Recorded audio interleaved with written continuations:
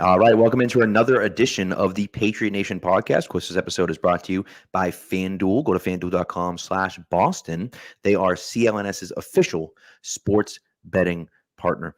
And listen, in lieu of an actual background song, I just thought, in light of Arizona's win and the Patriots' loss, I thought this was what we all needed to hear right now.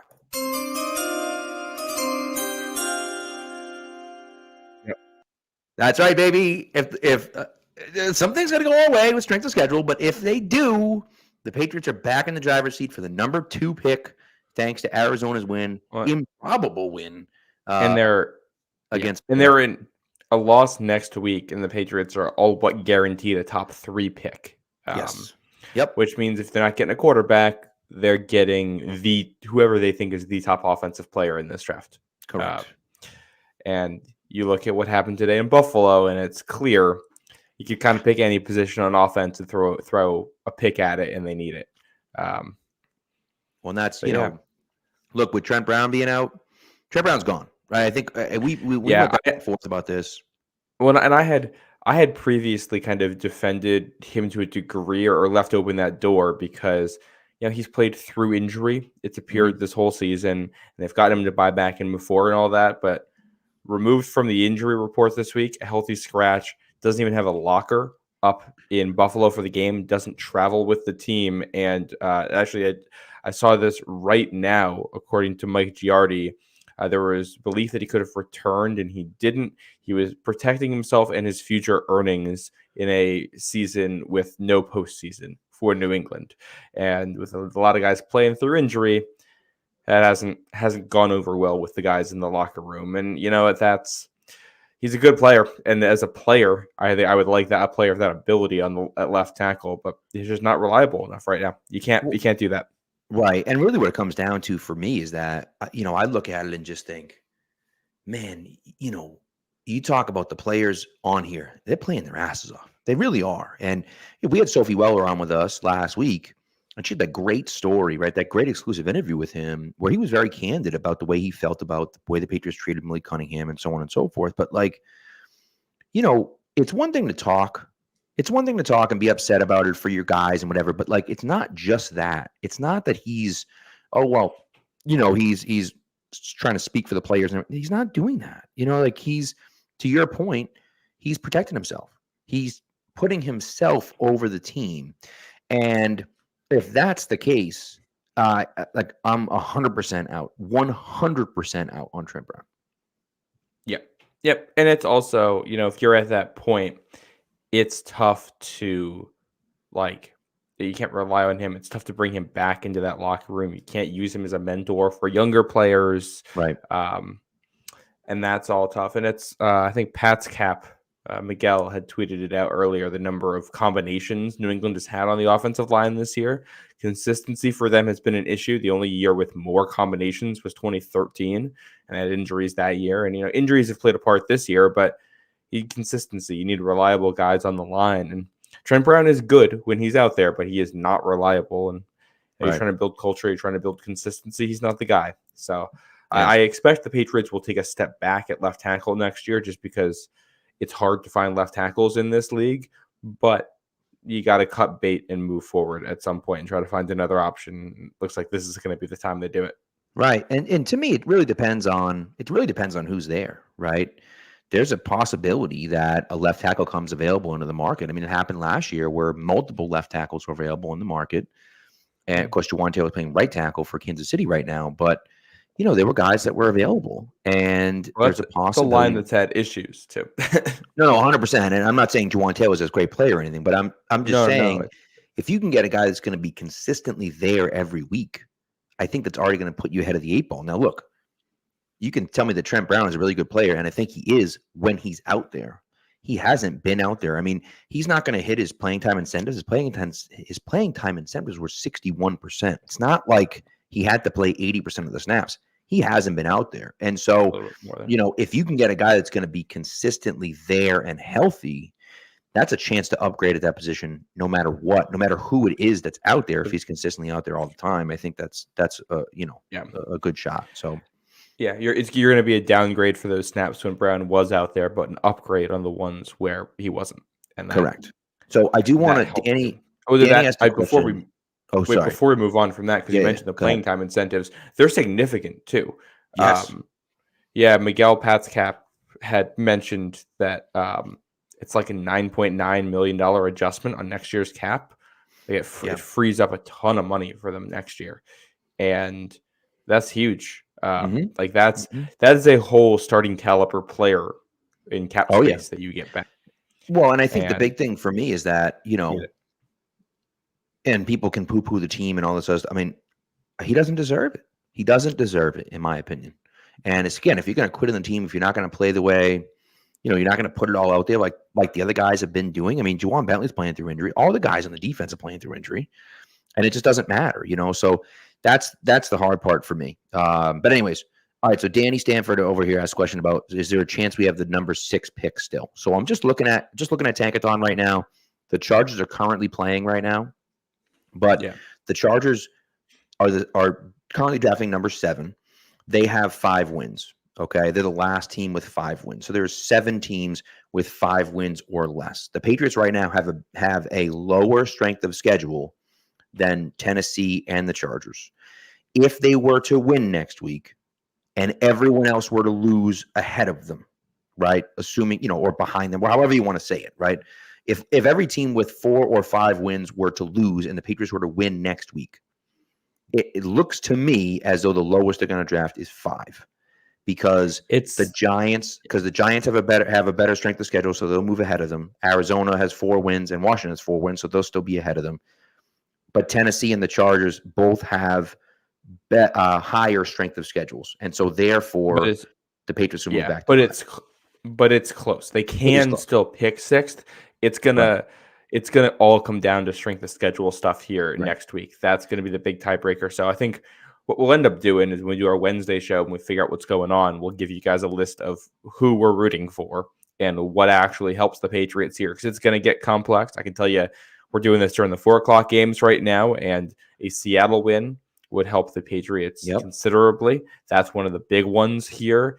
And the Cincinnati win, they're up at Kansas City, would also help the Patriots a ton. A Denver win also would help the Patriots. And Patriots legend Lil Jordan Humphrey with an absolute monster catch and run for a touchdown to give them the lead again. It's funny to watch Lil Jordan Humphrey go from number 83 to number 17, and he just looks like a faster player now. He does, doesn't he? He looked so slow last year. Although I think they did ask him to play like hybrid tight end position, so he probably put on a weight as part of that. But that's a good point. Yeah. No. So the Charger, Denver. No, we want a Chargers win, right?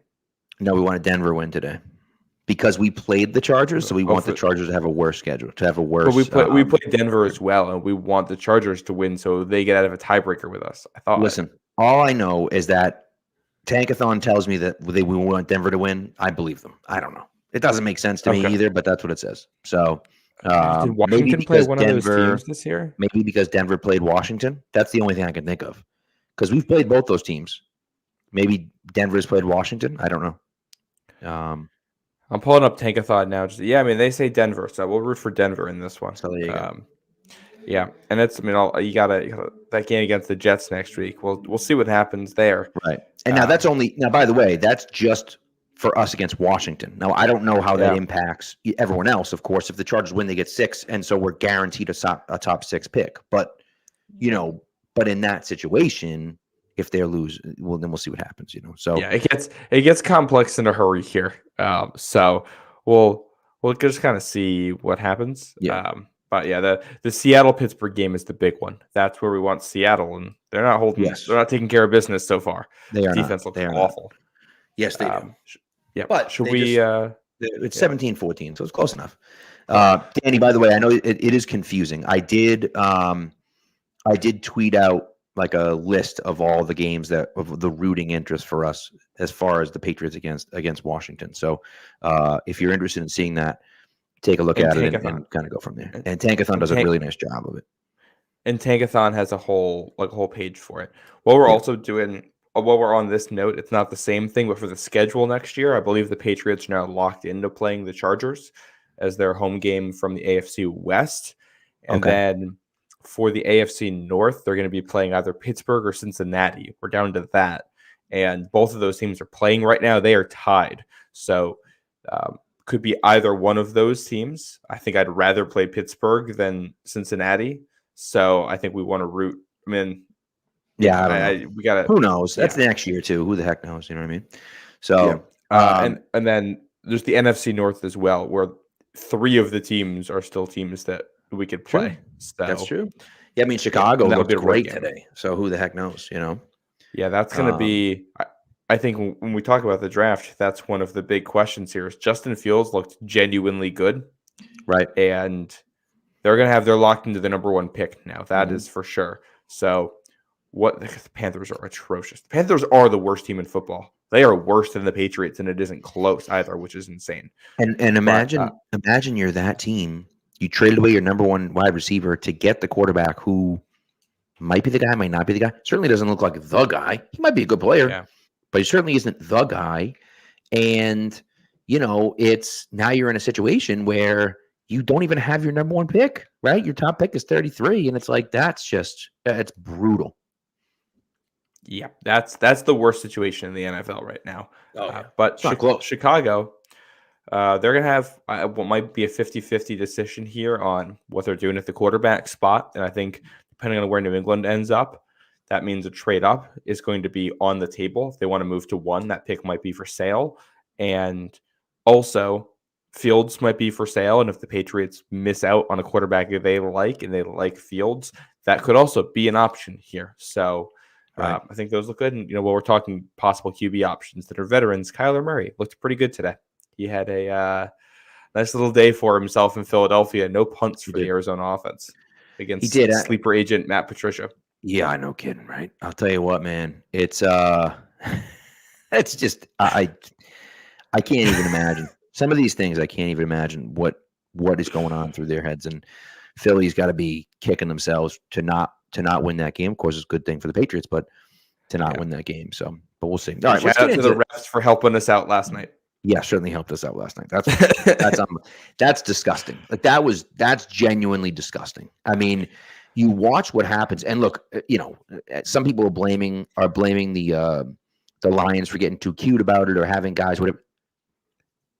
Taylor Decker walks over, like you see him walk over to the ref. Brad Allen is the ref's name, right? You see him walk over to Brad Allen. You see him do this. Yeah, he's standing in front of him going for ineligible. Yeah, right, saying I am eligible. Yeah, and then the guy walks away and says, "No, it was just number 70." Like, how do you possibly screw that up? And so the issue is that they say, "Well, how come they didn't stop the play?" Well, it's like, well, maybe they thought he said 68 and 70. I don't know. Like he just I think what happened is that this is a substitution that Detroit does a ton, and when they bring the extra tackle in, he's always the eligible guy because they like to run 6 offensive linemen. And I think the ref was just on autopilot, which is on one hand totally understandable. I think any of us that work a job know what that's like to just go into autopilot and make a mistake that way. But also you can't do. And then the funny thing is that before all of that, Dallas should have won the game anyway because they called the tripping penalty on the wrong team, and it would have given Dallas the first down that would have ended the game before any of this happened. Yeah. So it's just you see stuff like that. The level of incompetence is crazy. Things like this are like the number one reason why you can never convince me that things are rigged in the NFL because they're not competent enough to do that. And also, if you're going to rig a game, you're not going to wait until the very last play and then pretend to like not hear somebody and like that's not how you're going to rig a game if that's what you're trying to do. So no, I'm not doing the conspiracy theories on it, but another banner night for an NFL officiating. Oh yeah. So all right, listen here. Let's get into this question because I think this leads really kind of well into our thing. Berg, who's friend of the show, we appreciate Berg. He's got a good podcast as well, Breaking the Plane. What are your thoughts of the idea floating around Twitter for Zappe to lead going into next year? I hate it, but the one thing I'll say is this, right? As bad as Zappe played today in the first half, and he was atrocious in the first half. I mean, just some of those interceptions were like, what the hell are you doing? I know Zolak tried to blame The first interception on Gesicki, it wasn't on Gesicki. That's just I think that was on Gesicki too. I'm well, not fully, but like I think Zappe made a couple bad throws, but I also think his receivers played a big part in all 3 of the interceptions he threw. Not to take blame off of Zappe. I think he's a backup quarterback at best, but like it was a full team effort on all 3 That picks. one to me, he waited too long to throw it, in my opinion. The second one, Devontae Parker runs a lazy slant route. Everyone in the world knows it's coming. Zappe's just on talk about autopilot. Zappe's just on autopilot throwing it. Right. Yeah. And then the third one was the third one's a bad play by Reagor. 100% should have seen it coming. But if he ran a slant route on that play, that ball was 7 yards behind him. I mean, it wasn't even close. I don't know. I think it was supposed to be a curl. That's why what they've. That doesn't make any sense to me.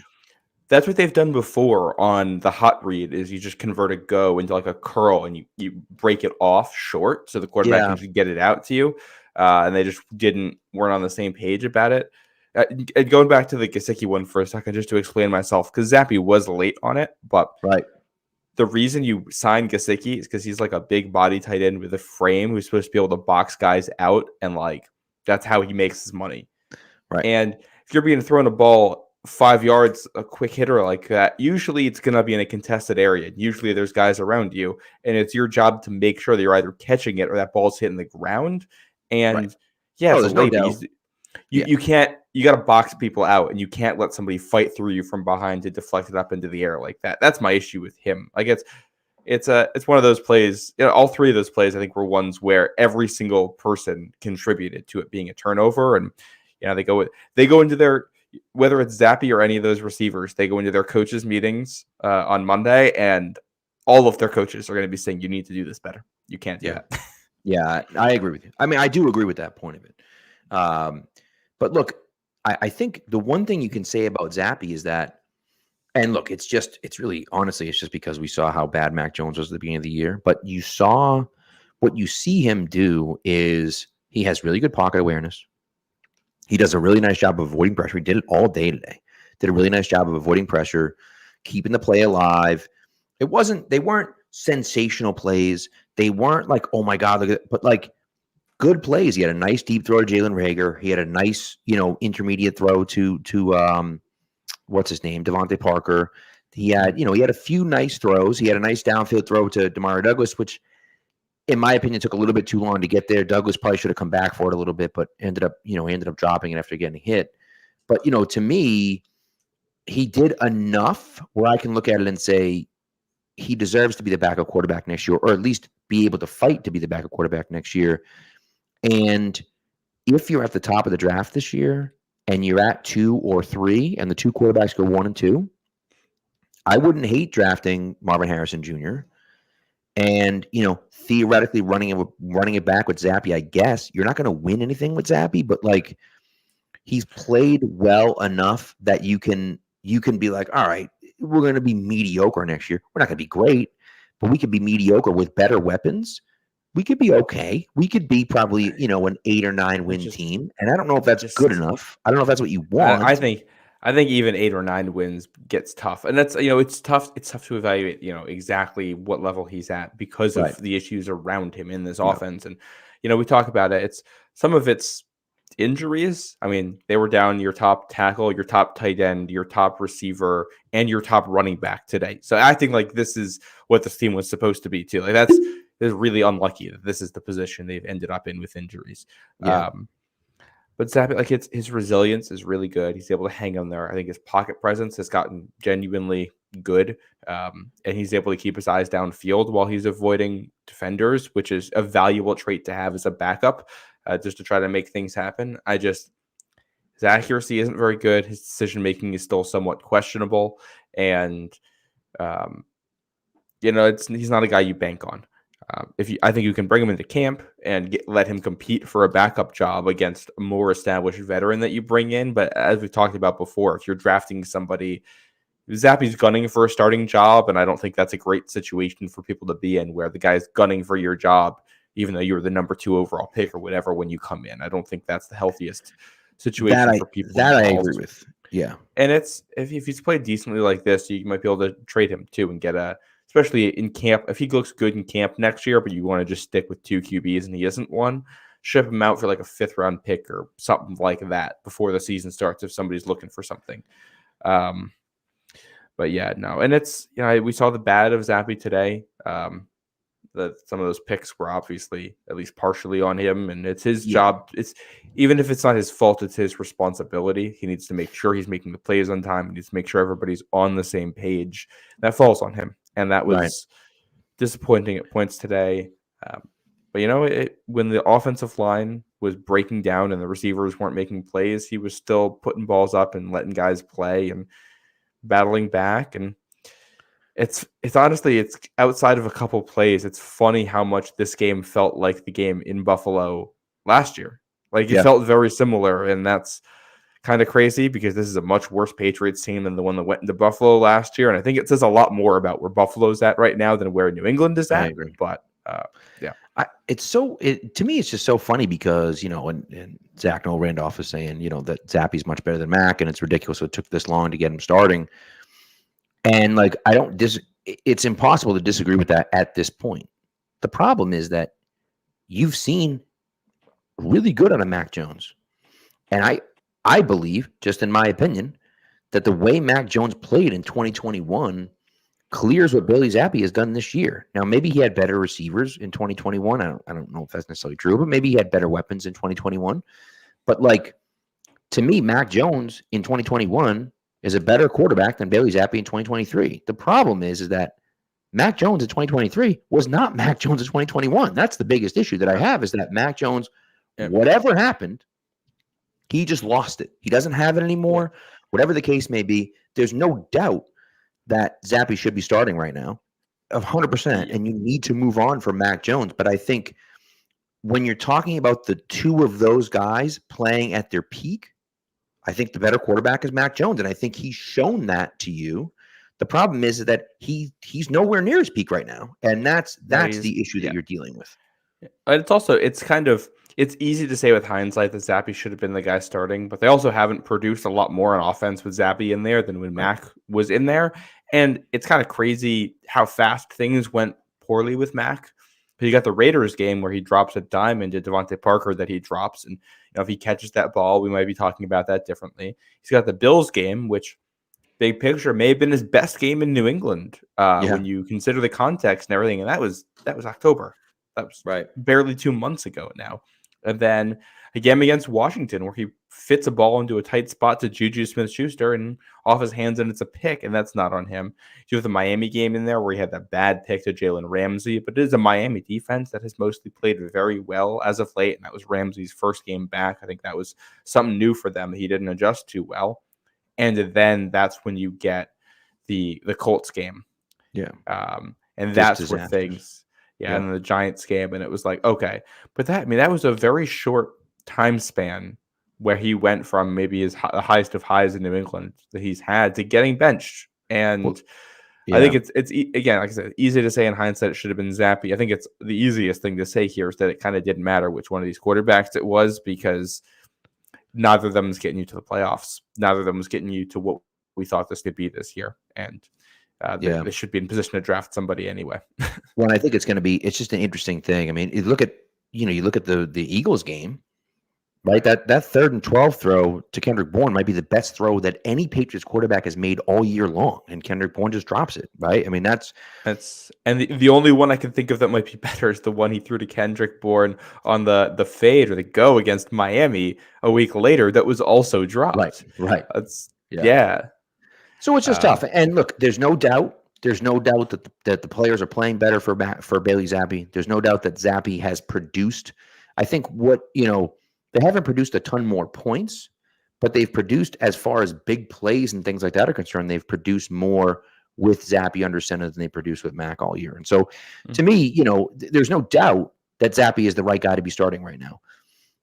But to say that Mac should have never been given leeway or whatever to me is a little disingenuous, just because of how the season started, right? And how they started playing, and how they played really for a year and a half. And I know last year struggled, but again, last year you thought Was it Matt Patricia? Was it the offense? Was it, so you didn't really know. And that's one of the biggest problems, is that last year, was a loss. Like, you had a lost season last year. And that's the biggest thing that sucks, is that you look back on what's happened and you just think, man, like if they had just had a competent offense last year, they're easily in the playoffs. And now you have a better idea about who Mac Jones is. And instead you come into this year really not knowing who Mac Jones was and saying, all right, we're going to give him one more year. And then, now you have to wait half the year to figure out, no, he's not the guy. We got to move on. It just, and to go with really that, tough. With basically every question mark you had, goes the wrong way. You swap out your receivers and you try to upgrade that, and that doesn't work out for you. Although Demario Douglas seems to be the guy they were kind of hoping Juju would be as a slot player. Right. So I think in some ways that ended up being okay. Devontae Parker has not played like the guy that they gave extra money to. Say the least. If they tried to address offensive tackle, they've had 4 offensive tackles end up on injured reserve this year, and that's not including Trent Brown and his whole situation. You've got Cole Strange, who you're counting on, who is now on injured reserve, and you've got Hunter Henry out. I'm kind of surprised he didn't go on injured reserve. Ramondre is on injured reserve. Kendrick Bourne tears his ACL, and basically everything you were counting on to go right for the situation around the quarterback on offense went wrong, and that's life in the NFL. I think that sometimes just happens. They've gotten very unlucky in a couple of respects these last 2 seasons with that stuff, and got to find a way to turn it around.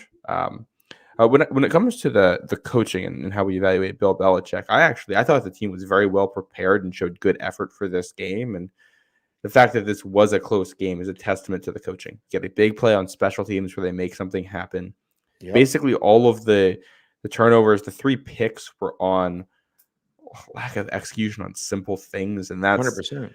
That's not, that's at some point, it's just on the players. It's not really on the coaches. Like, sometimes guys just make bad plays. Pharaoh Brown with a fumble.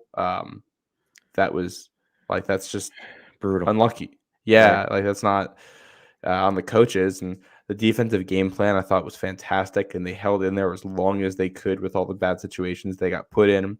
Bill O'Brien, I thought, called a really good game offensively, too. I thought the screens that they called were working. They had some good misdirection stuff in there to counter the Bills' blitzes. And I thought today was pretty much the perfect example of the coaching on this team is quality. And the players are not able to execute this stuff because they aren't that good. And mostly are not the players we expected to be in these spots. The defense was fantastic today. They were fantastic today. They allowed no Jabril 7, Peppers. Right. They allowed 7 points. 7. Now, I do understand that technically they allowed 20 points, right? But, 2 of those drives started inside the 15. One of those drives started at the 30, right? And so one of them was a touchdown, 2 of them were field goals. Fine. But then you look at it and say, okay, well, what did you do when the Bills, and then, of course, a pick 6? They scored 27 total points. So 20 points come off of turnovers. When the Bills had to actually go on a drive, they scored 1 touchdown.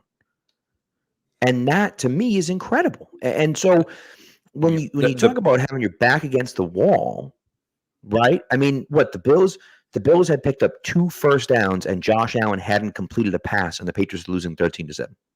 Yeah. It's unbelievable. So when you look at it in that situation, you think about how well the defense played when you put it into perspective.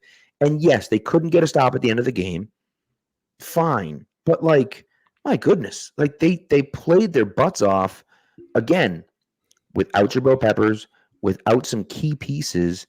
Alex Austin's out there starting for them at corner, right? Alex Austin and Sean Wade alternating, having to play on who the Bills got out there. And did you notice? And I thought Alex Austin played well, and is a guy that deserves a roster spot next year, On that pick, that was like an Ed Reed moment on that pick, the way he wheeled around, and it's Alex Austin, obviously not Ed Reed, but super impressive stuff there. Marty Mapu was on that coverage as well, because if safety isn't there, Mapu breaks that up anyway. He was smothered. I also, just a comment on that play, it didn't impact the outcome, but the Bills called like a shot play, a play action deep shot to try to hit a big play. They pulled Stephon Diggs off the field for it. They don't have good receivers. Why are you?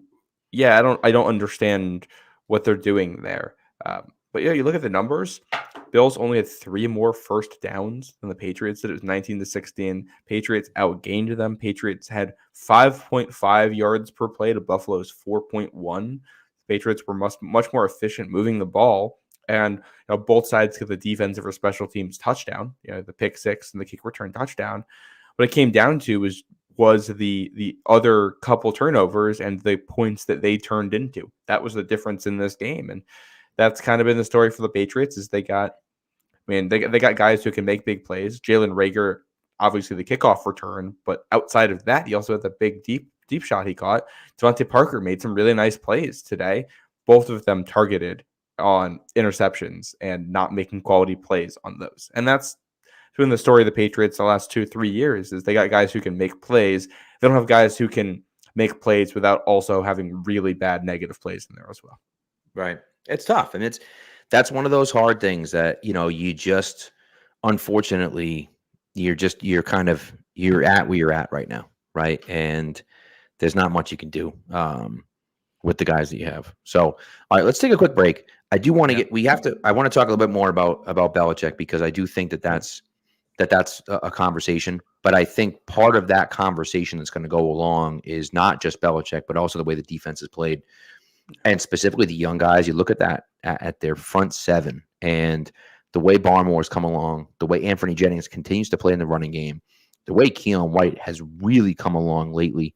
And now you start to wonder, is Belichick leaving actually the right thing? And so we'll get into that, and we'll kind of go from there. I know people are upset, Mr. or Mrs. Snoopy, or I don't know, I'm not sure who it is. Clearly very upset. But look, I get it. I understand. I know we think Robert Kraft is super cheap, except he spent the most, guaranteed money in NFL history a few years ago, but that doesn't matter. But either way, let's take a break, and then we'll come back. All right. Score early this NFL season with FanDuel, America's #1 sportsbook. Right now, new customers get $150 in bonus bets with any winning $5 moneyline bet. That's $150 if your team wins. If you've been thinking about joining FanDuel, there's no better time to get in on the action. The app is so easy to use. There's a wide range of betting options, including spreads, player props, over-unders, and more. So visit FanDuel.com/Boston and kick off the NFL season. FanDuel, official partner of the NFL. MA 21 plus and present in Mass. Hope is here. First online real money wager only. $5 pre-game moneyline wager required. First online real money wager only. $10 first deposit required. Bonus issued as non-withdrawable bonus bets that expire 7 days after receipt. See terms at sportsbook.fanduel.com. GamblingHelpLineMA.org or call 1-800-327-5050 for 24/7 support. Play it smart from the start. GameSenseMA.com or call 1-800-GAM-1234.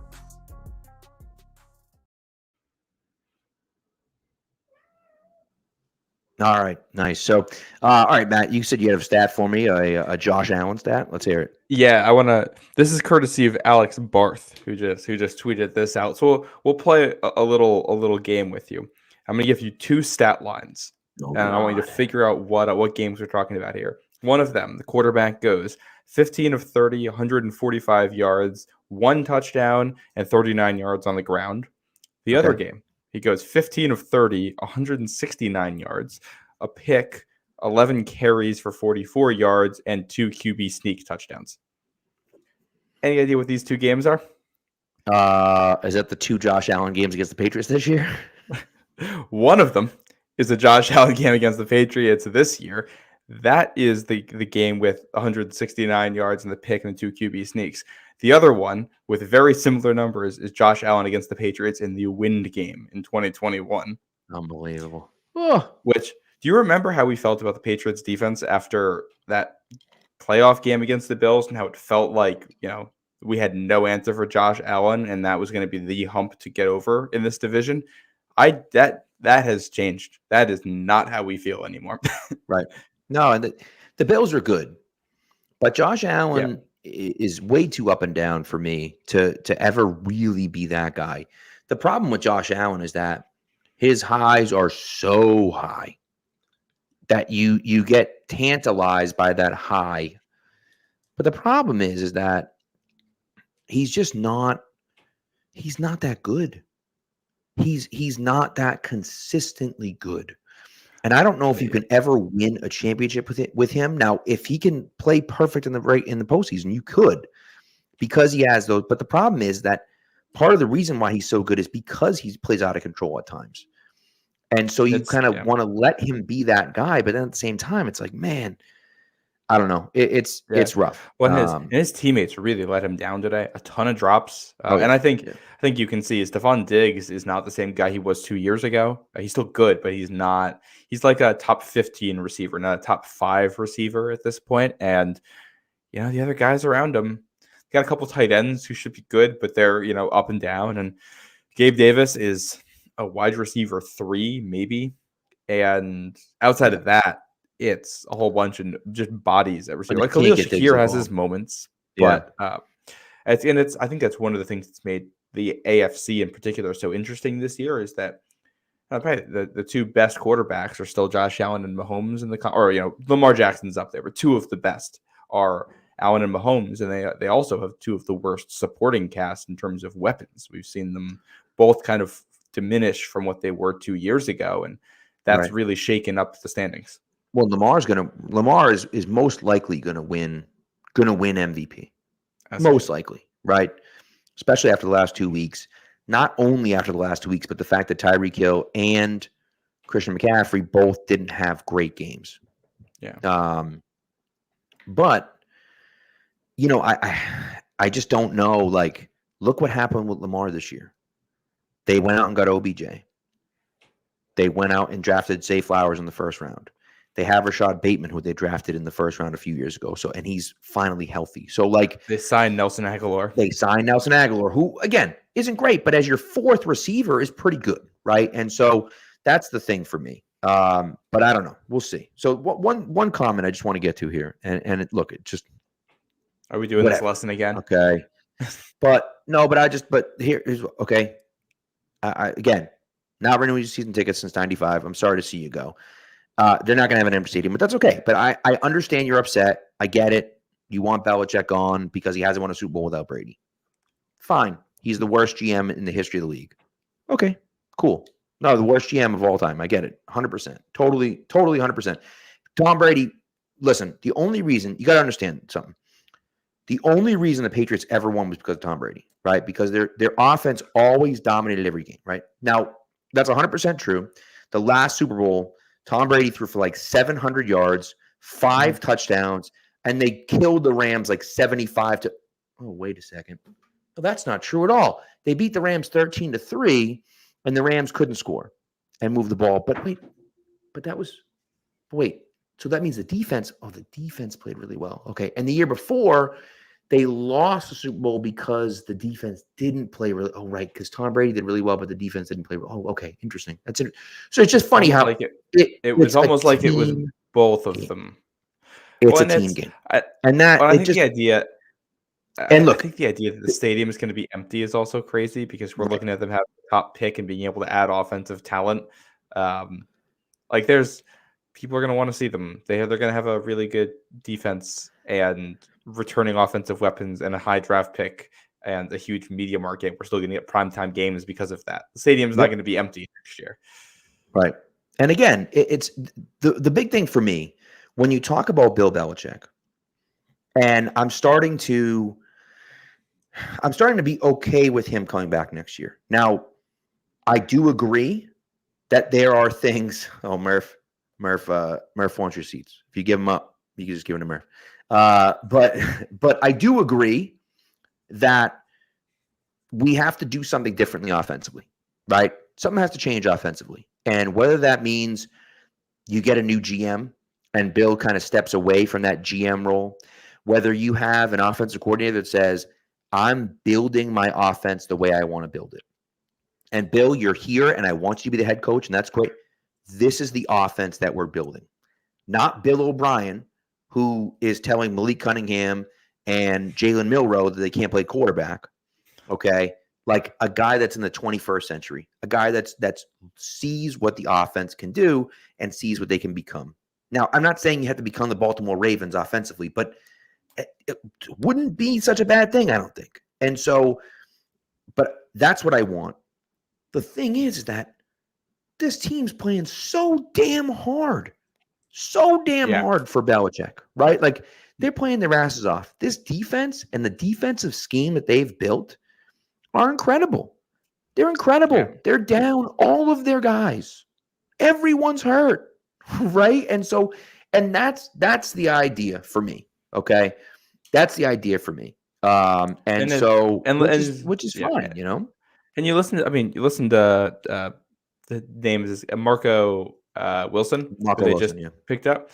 Gets to New England, he's like, I'm so excited to be here. I love these coaches. Like, this is a dream come true to be here. And I think you hear guys say that, and that should resonate, because that's the cachet that Bill Belichick still has with the players, despite some of the losses and the issues that we've seen. That is how players respect him. And it's not going to be every player, and it never was every player, because his style doesn't fit everybody. But it doesn't need to. His style needs to fit the 53 on the active roster, the guys in the practice squad, and the coaches and scouts in the building. That's what matters. Right. It's nobody in that building is happy with how things have gone. I think Ian Rappaport's reporting yesterday was also that Kraft still hasn't decided. He sought outside counsel. It's very much 50-50 on how things are going to go. And the emphasis was not wanting it to be like Brady going out. Like, wanted to make sure the situation's handled with respect, and that, everybody's working together to get to the right solution here, and everybody's on the same page. And I think that is 100% the right way to handle it. And I don't think you need to bring Bill back. I think there are very valid reasons to move on from Bill Belichick right now, but I think that there aren't at least somewhat equally valid reasons to keep him, I think, is crazy. I think there's a lot of proper ways forward. Well, and so this is really the point, Jimmy B, and you're totally right, Jimmy B. The Cardinals are playing hard. They beat the Eagles today. You're right. Guys are playing for themselves. The Cardinals are in a very different situation than the Trent Patriots. Brown. The Cardinals have a rookie quarterback. Have a rookie head coach and a quarterback that they've been talking about getting moved. He's trying to prove that he's the guy. By the way, he's a superstar, or should be a superstar quarterback. Yeah. And they have a rookie head coach that, yes, they're playing hard for, but like, they're not as focused on the draft pick. You're talking about Bill Belichick's been there for 25 years. You think that, like, if they were truly sick of Belichick and they truly didn't want him there anymore, it'd be super easy to quit. It'd be super easy to quit on this team. You're not in this situation where you have this superstar quarterback who's really trying to kind of come back and look great and do this and do it. You're in a very, very different situation than the Arizona Cardinals. And here's what I'll say, okay? And I don't know what's going to happen, because maybe Belichick should be gone, and maybe that should be the case. I don't know. I really don't. But I'll just caution you. I want a young guy. I don't want to keep freaking Jim Harbaugh out of my goddamn face, dude. Get that guy the hell out of here. Like, I'm all set with that guy. He's gonna win tomorrow, and then he's gonna win the national championship, and then come to New England and win a Super Bowl in his first year. Nothing to do with that guy. But here's the thing: I want a young coach. I want a young offensive coordinator, and I want a young head coach. If we're moving on from Belichick, and maybe that young head coach is Gerard Mayo, I don't know. But here's what I'll say. You might get Sean McVay. You might get Mike McDaniel. You might get Brandon Staley. So, like, just be careful. Adam Gase. Just be careful, because if you want to move on from someone, and again, that might be the right call, but you're not guaranteed you're going to get a really good head coach just because the guy's young. You're just not. Yeah. Ben Johnson, maybe he'll be really good. Maybe he won't. You don't know. I'll throw it.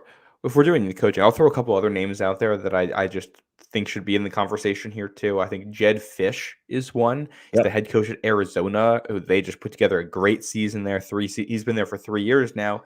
He spent a season in New England as the quarterbacks coach back in 2020. He spent time with Sean McVay, working with quarterbacks in Los Angeles. He was an offensive coordinator for the Jaguars before. He's bounced around a ton, but he's risen up the ranks pretty quickly here and has connections in New England. So it's another name that might be one that you'll hear. Canellis is another one, the offensive coordinator for the Buccaneers, who I think has done a really good job and wouldn't shock me if he gets some interviews here in the coming weeks. Because that's an offense that I think has outperformed what a lot of people thought it would. And he might be this offseason what Ben Johnson was last offseason, as a guy who's going to get looked at. He's going to get interviews, but he might not leave. Those are some other names. And I think it's totally appropriate to look at other things. And I think there's a lot of ways you can move forward. And a lot of this is going to be based on how you handle the QB situation. I don't think you necessarily need like an offensive-minded head coach or anything like that. I actually don't even think he necessarily needs to be young. I think what you do need is the proper infrastructure there in the coaching staff to develop a young quarterback. And that's also going to depend on which quarterback they end up acquiring for next season. There's a couple different ways they can go with this, and you need to make sure that your coaching matches what's coming in. That could be Bill O'Brien. It's going to depend on what player we're looking at. I don't think it necessarily is. And, it's not like we haven't seen Bill Belichick have great environments for offenses before. We were all here in, 2007 and 2010 and 2011 and 2012 and 2014 and 2016, and even the 03 and 04 offenses that were very productive. He's been, we've seen the offensive coaches who have come through New England and immediately gotten jobs elsewhere too because of working here. So I think it's very, very possible, I'd even argue likely to a degree, that they can set up a circumstance like that. But it's not about can they, it's whether they pick the right guys. And that's always going to be incredibly risky. If there were an easy way to say, just hire this head coach and you'll be fine, everybody would be doing it. And that's what makes this difficult. So it's why I think it's best to handle this, handle a situation like this with a lot of understanding, because it's very, very complex. And we're not, as fans and outsiders here, unless things get reported or leaked, we're not going to know the intricate details of what's going on. And I don't know, the Crafts have basically only hired good head coaches in New England. Even the ones that didn't work in New England were good head coaches elsewhere. And they've had winning years since they got here. This was not a very good team when they bought it, and it's been a very good team since they bought it. So I have faith that they're going to turn this into something good. Whether that happens next year, 2 years, 3 years remains to be seen. Yeah. And so, look, I don't know what the right answer is. I don't know what they should do. I do think that we could trust in Robert Kraft, that he's going to put the time into it, that he's going to really do or try to do what's best for the team. Now, doesn't mean it's going to work out, but they've done a pretty nice job, as you said. And so I think that we can look at it and see that. Now, here's what I'll say. Okay. Here's what I'll say. Someone mentioned, offensive coaches are the only coaches that are good in the NFL. Not only good, but of course, like most of the teams. The best team in football right now. I think, I don't think it's particularly close, to the Baltimore Ravens. Their coach is a former special teams coach. He's not an offensive coach. He's a defensive coach. And so that's one of those issues that I have, is that, it doesn't have to necessarily be an offensive coach. And so again, it could be in Houston too and that's a perfect example. That's a perfect example. A young guy who came in, but the key is that you have to have a good offensive coordinator. If you're a defensive coach, you have to have a good offensive coordinator, and you have to get the hell out of his way and say, you do what you got to do and we'll work. Look, Belichick was never an offensive coach. He learned the offense through being here, right? Mm-hmm. And so you could do the same thing with a guy like Mayo. But again, I don't know if Mayo's the right guy or not, but he could be. I don't know. I'd have no issue with that if that's the way they want to go with it. I think that's totally an acceptable option here. And it's the infrastructure is what matters. You got to have the head coach, the offensive coordinator, and the position coaches on that side of the ball all on the same page about what you want to do going forward. And we talk about evaluating this stuff. It's tough to give Bill O'Brien anything other than an incomplete with what we've seen this year. If we're going to grade him, it's been so strange and up and down. We've seen really good. We've seen bad. There's been guys in and out of the lineup. So it hasn't been good, but it's also hard to figure out how much of that's on him. And the offensive line coach was supposed to be a big deal for them this year. And Adrian Clem has been away from the team now dealing with health issues.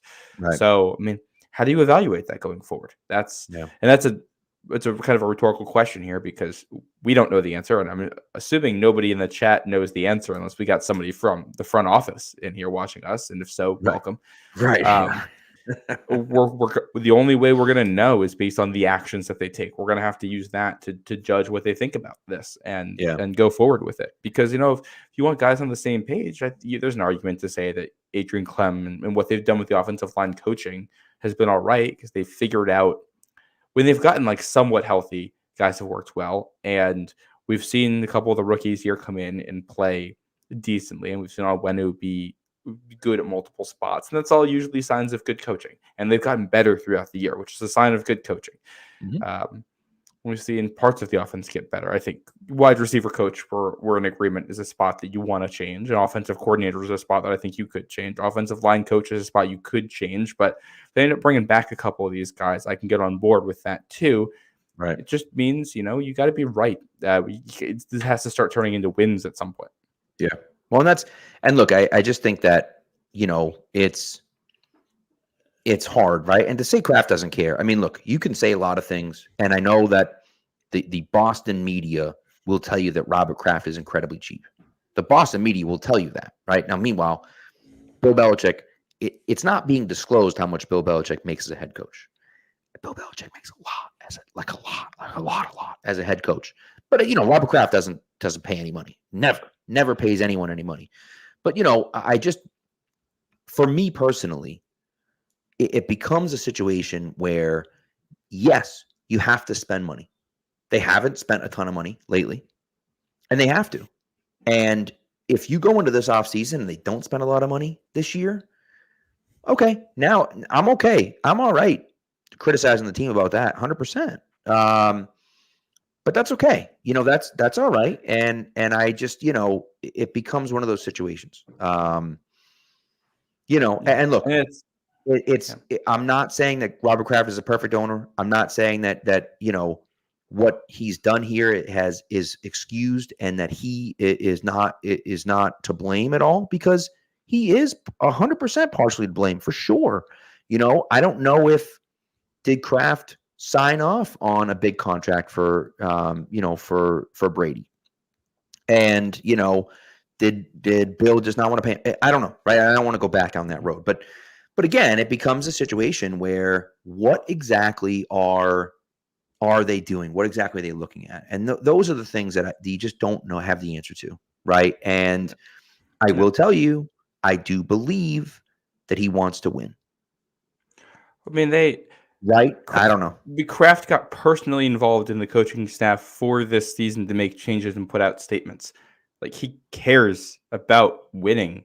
That he was a fan before he was an owner. I think to say Kraft doesn't care is an absolutely ludicrous take, not based in any evidence of what we've seen about him as a person throughout 3 decades of owning the team. I think he's been very consistent with caring about them, and that's clear both from his personal presence at games, the way he interacts with the team and the players and the coaching staff, his PR statements, his actions before owning the team. It's all very consistent. Somebody who cares a lot about winning. They've always thrown money around when they needed to. They're not. This isn't the Red Sox. They're not. This isn't that type of situation where it looks like they're trying to find ways out of spending money.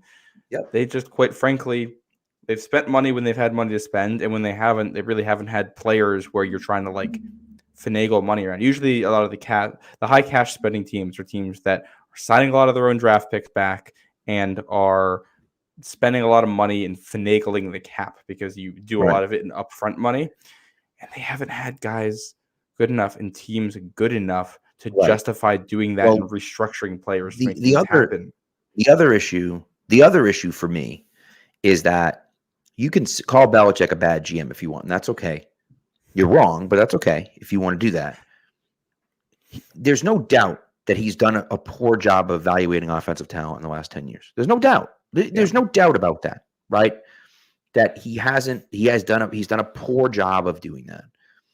But the other part of it for me is that I also think that, part of it becomes what were they trying to do? What were they trying to do? The part of the time they were trying to like build up, and they said, okay, we have to draft this guy. They didn't draft Lamar Jackson in 2018 because they're trying to win a freaking Super Bowl. Like a backup quarterback doesn't help you win a freaking Super Bowl. Okay. And so I get it. I understand. Now, did they draft the right wide receiver? They needed a wide receiver. Did they draft a right wide receiver? Running back, I'm sorry? No, they didn't. Did Sony Michel rush for 6 touchdowns in the playoffs? And did he help them win the Super Bowl? Yes. Now, again, that doesn't mean he was the right pick. But you can't sit here and tell me they should have drafted Lamar Jackson in the first round in 2018 because they're trying to win a freaking Super Bowl. And drafting a backup quarterback in the first round isn't going to do that for you. And that's the type of stuff where it's like we can second guess their decisions back and forth and go. But like they were trying to win the damn Super Bowl, and they won the freaking Super Bowl, by the way. And so that's pretty good. It's pretty good. But you know, and did they miss out on some guys? They did. They missed out on some guys. They should have, you know, they should have had tight ends. And they should have had more offensive linemen, but then again, they drafted one in that year, and it didn't work. But like, it's just one of those issues that, you know, I get it, I understand, and I know we're upset. But like, let's not pretend like the Patriots weren't trying to win Super Bowls. Well, like the pretty consistent thing here is that they've just evaluated wrong. They've tried to fix the offense, they just got the wrong guys, and that happens. Right. You know, you draft wide receivers high, and they missed on them, and that's. The front office deserves criticism for that, and they have gotten a lot of criticism for that. And it's 50-50 right now, and if that's going to get them fired at the end of the day. So don't like that's what we're coming down to here. The flip side of it is like this last draft that they had is probably Bill's best draft in a long time so far with what we saw today. Even, you know, Christian Gonzalez looks fantastic when he was in there. Keon White, I think, has had maybe back-to-back now 2 of his best games of the season, just impacting stuff. Marde Mapu, with Peppers out, has stepped up and played very, very well, doing what they've asked him to do. City So looks like probably a starter at guard that they found there. That also fixes your tackle problem with Onwenu. In theory, that should fix the entire right side of your offensive line right there. And Demario Douglas looks like a good wide receiver. That's the best wide receiver that Bill has drafted in a while. And he's, you know, setting rookie receiving records here in New England for the franchise. So, yeah. And it's, you know, we'll see what happens in free agency here. But in theory, I think you can come back with 4 of your same offensive linemen and try to address left tackle. I think if you bring back Bourne and Douglas and I don't know what else you want to do with the depth of the wide receiver. You can kind of throw whoever you want in there, and you're able to get a wide receiver in this draft or sign somebody. You can look a lot better. And that's what we said. It feels like this team has a ton of complementary pieces, and it just needs the stars to make it work. Unfortunately, those are the hardest players to find, but it's also harder to find those guys when you've been winning as much as they have and picking deeper into the draft. You know, and they've missed on some of those guys. Nobody's going to deny that. So whether it's Bill as the GM or somebody else as the GM, the strategy here clearly is going to be to try to rebuild the offense and throw a lot of draft capital there. And you got to hope that they're whoever making the call there is making the right decisions. That's what this is probably going to come down to in the next 2-3 years. 100%. And so we'll see. I think the long story short is that we'll see. And people asking about extensions, we'll talk about that. Barmore, I think, is an easy yes. Kyle Duggar's a little bit more complicated. We can talk about that kind of as we go. But I know there's a comment in here too about how Bill won with generational talents. Give me a coach that didn't win with generational talents. The 49ers and the Ravens right now. The Ravens have a freak athlete quarterback who's also excellent in the pocket throwing the ball, and the 49ers have like 5 Pro Bowlers at their skill positions and like a Hall of Fame left tackle there to make that work. It's a team sport.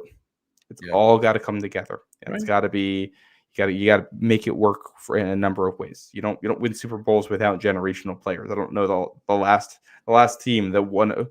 When's the last time a team won the Super Bowl without elite players? The only one I can think about is maybe the Ravens in 2012. It's the only one that comes to mind, and they had guys playing it crazy. Yeah, but they had still Ed Reed and Ray Lewis. At the end of their careers, but they still had those 2, and they had Joe Flacco playing like he was that guy for that 4-game stretch there. So like he played like it. They just got to get they got to get more of those guys, and that's going to start with whether it's pick 2, 3, 4, 5, 6, whatever. Making sure you need a kind of at minimum Pro Bowl offensive player, I think, out of that pick. I agree. Couldn't agree more. And so we'll see what happens. Yeah. Ultimately, we'll kind of see where they go from here. But changes are coming, and again, whether it's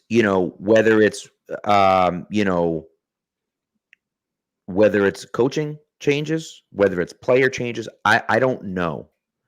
But I will tell you, I just don't know. I don't know. I don't know what's going to happen. I just look right now, and defensively, by the way, the Patriots right now are incredible defensively. And again, do they have the best players in the world? No, but they are incredible defensively. Again, just to remind you, and I said this already, but just to remind you, the Bills scored 20 points off of turnovers. 20 points off of turnovers. They scored 27 total. So, and 7 of those was a pick 6.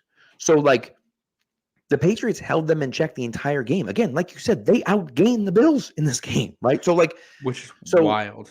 They had 2 first downs and 13 points. So, like, it's incredible. And Josh Allen hadn't even completed a pass, and they had scored 13 points. So, like, it's just incredible. You can upgrade your skill positions at all and get more consistency. I think just better injury lock will help you out, and you get a better decision maker consistently at quarterback, right. And that alone will make a monumental impact on the ability to win games. Because this is yet again another 1-score loss for New England. Yep. And they just it's how it's been. They got a whole bunch of 1-score losses. You got the 2-score ones to Miami and Kansas City, 2 teams that are very good teams, and the 2 blowouts against Dallas and New Orleans, where things got out of hand really fast with your quarterback play and game script. And people don't bring up in that Saints game that Demario Douglas got injured on his first catch and got concussed against a team that played a ton of man defense in New Orleans, and you couldn't separate. It was really bad luck there. And but here's a stat for you, Pat. There are only 2 day 1 starters in the New England offense, or not day 1, but like kind of projected starters from the offseason in the New England offense who have not missed multiple games due to injury this year. Do you know who the 2 are? David Andrews. That's one of them.